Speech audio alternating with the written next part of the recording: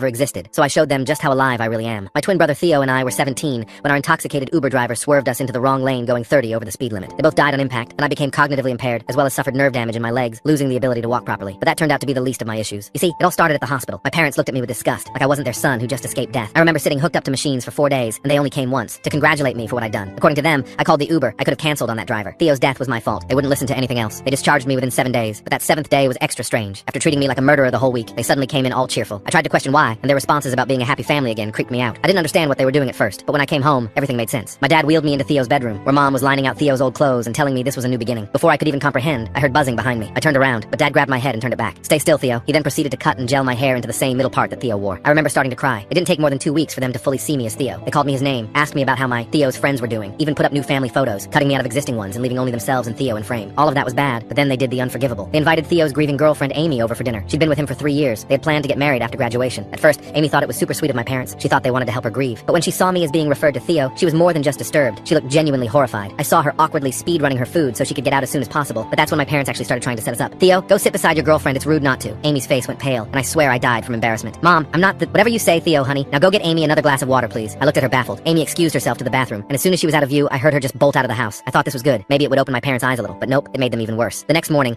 Dad pulled me out of my wheelchair by force. I remember falling to the floor as he yelled at me, "Theo doesn't have leg problems. If you weren't in this stupid wheelchair, Amy would have stayed last night." I couldn't believe it. He was blaming me for her leaving. Even worse, Mom soon found my hidden stash of painkillers, and she flushed them down the toilet telling me that her Theo was never a substance addict. I cried so hard, I begged them to listen. I was grieving too, but they didn't. They left me alone on the floor, and then it happened. 10 minutes later, I heard, "Theo, honey, come downstairs. Breakfast is ready." That's what broke me. I officially gave up, and for the next few months, I was Theo. I wore his clothes, I answered to his name, I started drawing for fun like he used to. But then something happened. I got a message from Amy. She was asking if I was okay. She hadn't stopped thinking about that dinner in months, and said she couldn't help but feel I wasn't right. That awakened something. I responded and told her the truth, and very soon, she was asking me to meet up. We caught up at the park that night, and for the first time ever since it happened, I felt like myself. We talked about grief, about everything. She encouraged me to regain my identity again, to relearn guitar like I loved to. Before I knew it, I was dragging myself to the basement and found my old guitar. My hands were clumsy now, and my brain couldn't quite connect it, but it was something. On the 6-month anniversary, my parents left to inquire about legal name changes. Amy took the opportunity to come over, and we played guitar together and cried about the real Theo. But of course, things didn't go well. My parents came home early and found us together. But instead of being angry, Mom started gushing about how happy she was that Theo and Amy were back together, while Dad asked since when Theo played guitar. Something in me finally snapped. "I'm not Theo," I screamed. "I'm Eric." The fight that followed was explosive. My parents accused me of seducing my brother's girlfriend and being mentally ill, while Amy defended me. They kicked her out of the house by force and sent me up to my Theo's room. But for the first time, I didn't go. I locked myself in my room and didn't come out. My dad banged on the door demanding I go to Theo's room, but I refused. Unfortunately, things got worse that night. Much worse. My parents picked the bedroom lock and they went through my phone. They blocked Amy on everything and deleted her number. They then took my guitar and smashed it in the backyard. But that was just the start, because the next morning, I woke up to the ambulance outside our house. I hurried downstairs, and that's when I saw it. My mother had tried to take her own life. She was getting carried away on a stretcher, and the medics were saying she's gonna need a miracle to survive. My dad was sobbing, calling me Eric, hugging me, and begging me to tell him it's gonna be